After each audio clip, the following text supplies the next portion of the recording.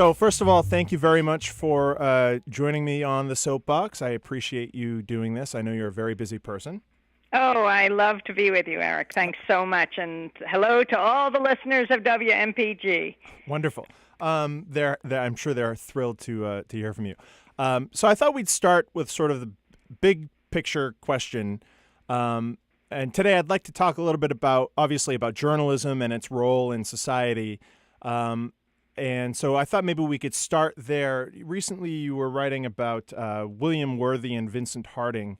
And you said, quote, "They lived their lives speaking truth to power and working for a better world." Is that a pretty fair summation of what you view the role of a journalist should be? Oh, yes. I mean, not to mention just a good citizen of the world is being involved and holding those in power accountable and providing a forum for people to speak for themselves. William Worthy, a remarkable figure in U.S. history that, as my colleague, former Democracy Now! Producer Jeremy Scahill said, probably the most important journalist you'll never hear of. I met William Worthy the day I met Jeremy, who did the Oscar-nominated film Dirty Wars, and before that, Blackwater, The Rise of the World's Most Powerful Mercenary Army. I met Jeremy over about 15 years ago, and he was living at the Catholic Worker, the hospitality house in New York. I'd gone down to do a piece on Dorothy Day, who is the founder of the Catholic Worker movement, and I walked in and this young man came up to me and said, "You got to interview that guy, and it's really important." And he was sort of speaking mid-sentence, and I said, "Well, excuse me, what's your name?" He said, "My name isn't important. It's his name, William Worthy, that you should know." And that's how I met William Worthy, and that's how I met Jeremy. And William Worthy is, to say the least, worthy of all of our admiration. Soon after that, he came into our studios at WBAI, the Pacifica station in New York, in the first year of broadcasting Democracy Now! And Juan Gonzalez and I interviewed this remarkable, historic figure. He went to North Vietnam. He went to the Soviet Union. He went to China. Now, these are all important places to go to as a journalist, but what makes him so remarkable? Well, the U.S. government didn't want him going to China. He interviewed Zhou Enlai. And when he returned, he was a Harvard Nieman Fellow at the time. He did not get his passport renewed. The U.S. government, the Secretary of State, then John Foster Dulles, the corporate lawyer, who helped overthrow Mossadegh, the democratically elected leader in Iran in 1953, and then went on to do the bidding of his former client, maybe current, who knew, United Fruit Company, and helped to overthrow the democratically elected Guatemalan government of Arbenz. But anyway, he overthrew those governments and withdrew the passport of William Worthy. That didn't stop Worthy, though, from going to cover Cuba and the revolution, interviewing Fidel Castro. But when he came back to this country, they wouldn't let him in, or they indicted him in Miami when he came into the United States. Ultimately, he would have his case overturned by the U.S. Supreme Court. The court said an American citizen can't just be stripped of his citizenship. And Bill Worthy went on to cover stories that were not convenient for those in power, but he felt as a journalist he should cover. He went on to release to the Washington Post, the New York Times didn't want them, the Iran papers after the revolution and the hostages were freed in Iran. He was there interviewing people, and he saw there were books of U.S. documents that had been confiscated from the U.S. Embassy in Iran that documented that U.S. coup that overthrew Mossadegh. And the papers were all shredded by the U.S. Embassy, but during the revolution, they pieced them back together, and they were books widely available in Europe as well, but not in the United States. And the United States forbid they be printed. Sound familiar? Edward Snowden, WikiLeaks, etc. So Worthy went to the Times. They didn't want the documents, but Scott Armstrong, an investigative journalist with the Washington Post, printed them on the front page of the Washington Post, and it was the beginning of the National Security Archives. So, just you raising one figure, not to mention the man who would go on to write the speech for Martin Luther King against the war in Vietnam. So important. Vince Harding, a figure, again, as one Iliff theology professor said, the most important civil rights leader you won't know of. But many of your listeners might. But Vince Harding, who just died in the last few weeks, as did William Worthy, was an exceptional figure, very close to Dr. King, sat down in the basement of his home in Atlanta and wrote this speech for Dr. King, Why I Oppose the War in Vietnam, that he would deliver April 4th, 1967, a year to the day before King was assassinated, April 4th, 1968. And, those in King's inner circle warned him, don't give this speech, Martin. You've got the president wrapped around your finger. You've got him on your side. You got him to sign the Voting Rights Act and the Civil Rights Act. Why would you antagonize him now? But Dr. King said no. Dr. King said this is all of a piece, and it is absolutely critical we speak out against the war in Vietnam. He called the U.S. government the greatest purveyor of violence on earth, the government, a country he loved, wanting to improve it. And it was Vince Harding behind the scenes who was working with Dr. King to convey this message. This is the role of journalists, is to convey these stories. And I hope we do our part on Democracy Now!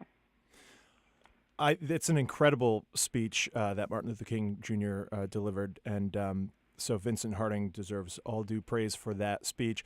I wonder, Amy, if you see a journalist's ability to speak truth to power as being at all compromised if they're working within the realm of, say, corporate media or for-profit media versus publicly funded media. I think people try very hard where they are. Many people do. Many journalists get started deeply committed to fulfilling the role we're supposed to play in a democratic society. There's a reason why our Constitution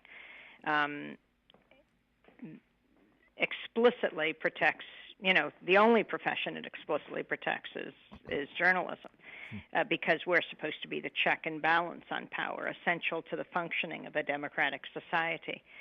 So it's so important that as journalists, we perform this role, and it's not even performing, and it's not a role. I really see it as a mission. And I think a lot of people go into journalism wherever they are to do that, but they find sometimes that they can't. Some leave, some try to stay and do the occasional story. But I think what matters in society is the drumbeat stories, the stories you can do every day that will change the way people see the world. That's why Democracy Now! Is a daily show, not a weekly or a monthly, but bringing out the voices of people at the grassroots all over. It seems to, for example, in Manufacturing Consent by Noam Chomsky and Edward Herman, they point out that there's nothing necessarily nefarious about the way the corporate media is structured, but that there is sort of a natural vetting process, and in order to succeed within that realm, you need to sort of conform to a certain set of narratives and expectations and meet those in order to be successful. Is it different, say, for a publicly funded program such as Democracy Now!? Do you feel a little bit freer to, promote the interest or to pursue the interests of average people, or is there a conflict there? I just know that doing Democracy Now!, we feel it is our mandate. We broadcast now on 1,200 public radio and television stations around the United States and around the world, and Spanish as well. And it's our job to provide a forum for people to tell their stories. and if they can't, to tell their stories until they can tell their own. I can't comment on what happens to people in the corporate media all too often, although there are some very important crusading journalists. But all too often, I think, to rise within the ranks of the corporate media, there's a kind of self-censorship that goes on, and that needs to be challenged. I call it the axis of evil, right? You know how Bush coined that term. Mm-hmm. It's hard to think of him coining terms, but apparently, or some speechwriter coined the term axis of evil. You know, countries like Iran and North Korea, that's what Bush called them. But I call what journalists enjoy is the access of evil. It is trading truth for access, you know, asking softball questions, and it's not worth it. You know, politicians need journalists more than journalists need politicians. We've got to do our job. Boy, that's an interesting thing. I wish more journalists would embody that truth. It seems like. Anyway, well, let me ask you this: do you feel that journalism has a role in shaping, actively shaping public opinion, or simply to inform it, or are they basically the same thing? I think our job is to provide a forum for people to tell their own stories when they can't, when they are in danger, when they are not able to speak to tell their stories. And we try to do that every day on Democracy Now! You know, the whole issue of the drone wars, for example. We do not just report on them from here, from the trigger end of the drone strikes where the bombs are made. We cover the people at the target end, and that is not easy. You know, when Karim Khan, who is an independent journalist whose brother and son were killed in a drone strike and then was disappeared, we brought you a documentary even before he was disappeared called Wounds of Waziristan by Medea Tahir, an independent journalist. And then when he disappeared, you already knew his name. And then we covered that story until he reappeared and then finally interviewed him. He was disappeared by the Pakistani forces because he was going to speak to the European Union about the effects of drone strikes. Because of the global attention, and this is often the power of the media, he was freed. We focus on people who are not usually heard, and the fact of the matter is that's the majority of people in the world. You know, my colleague Dennis Moynihan and I, our latest book of columns is called The Silenced Majority. Not silent, but silenced majority. Because I really do think that those who are concerned about war, about health care, about the growing inequality in this country, about climate change, you know, climate disruption, the fate of the planet, are not a fringe minority, not even a silent majority, but the silenced majority, silenced by the corporate media, which is why we have to take it back. So also within the media, particularly within journalism outlets, there seems to be this, and I think it's a relatively recent phenomenon, but this sort of fetishization of objectivity. Is it possible for a journalist or a journalism outlet to be objective? I mean, there was a time when newspapers were openly run by political parties, or they wore their sort of ideological bent on their sleeve, and people were able to understand that, you know, there can be an ideological perspective, but a fact is a fact and a story is a story. And it almost seems more respectful of the audience to allow them to sort of suss these things out themselves. Well, this is sort of a long leading question, but do you believe in objectivity as a journalist? I mean, I believe in being accurate and fair. Mm-hmm. In terms of issues of advocacy that you're alluding to, you know, the mainstream journalists are my model. We know about or an interesting model, I should say, not my model. We know about all of their views on issues. We know about how often they circle the wagons around the White House when, for example, the White House engages in war. But that's not our job to cheerlead. In fact, it's the most serious time to question. We saw how often the media excludes the voices of those who are advocating peace. Today I was just interviewing Richard Clark, right, the national security advisor for President Bush, also served in the Clinton administration. And he now talks about how he quit the Bush administration when Bush announced the U.S. would be going to war in Iraq, saying it's that he may well be guilty of war crimes. So what was happening at the time with the media, 2003? Let's go back to 5-6 weeks before the invasion of Iraq, February 5th, 2003. Then Secretary of State General Colin Powell gives his push for war at the United Nations. And, because Powell had been really dragging his feet on war when he spoke about weapons of mass destruction that the evidence was in, which of course it wasn't true, but he said it at the time. That was the final nail in the coffin for so many. And the group FAIR, the Media Watch Group Fairness and Accuracy in Media, FAIR.org, did a study of the 4 major nightly newscasts, the 2 weeks around Powell giving that speech. This is when Chomsky talks about the media manufacturing consent for war.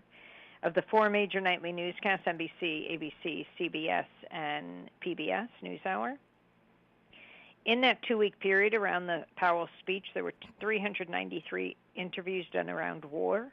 Half the population at the time was for it, half against it. So you'd think, 393, we call it SOTs, sound on tape, quotes on war. Guess how many were with anti-war leaders?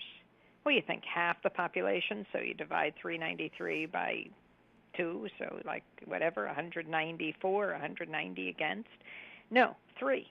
Only 3 were with anti-war leaders of these interviews, 3 of almost 400. That's no longer a mainstream media. That's an extreme media beating the drums for war.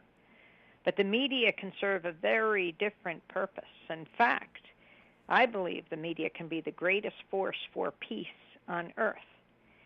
Instead, it's wielded as a weapon of war, which is why we have to take it back. Chris Hedges comes to mind, too, because around that time he was sort of pushed out of the New York Times for being openly critical of the war. And he had just returned from covering the war. And, it seems a little odd that he wouldn't be treated as a source of great authority on the actualities and the horrors of war, as opposed to, well, we can't allow our journalists to have opinions, so we're going to try and push him out. Yeah. He was a stunning example of a very different point of view. I remember when he went to Rockford, Illinois, and gave that speech at Rockford College against the war in Iraq, and was called on the carpet by his superiors, and hardly superior, at the New York Times, as he questioned war. Of course, that's exactly the most noble thing a journalist can do, is to question. But that's not what was encouraged at the New York Times. And we saw what they were doing instead. We saw that that the New York Times was trumpeting on their front pages over and over again those stories by Michael Gordon, those stories by Judith Miller that were alleging weapons of mass destruction. A year or 2 later, or 3, I can't even remember how many years later, the New York Times did do a story on page 812 about the Times in Iraq and how they got it wrong. But that's not enough. It was called their mea culpa. I call it their kind of culpa. They need a piece on the front page of the paper as many times as they allege weapons of mass destruction in the same places, because that's what would sink into the consciousness of the American people. It's inexcusable that the media, the sacred space in American society, the place where we learn, about most everything in about the rest of the world, unless we know someone from a certain place, that the media simply beat the drums for war. It's a violation of our responsibility as journalists.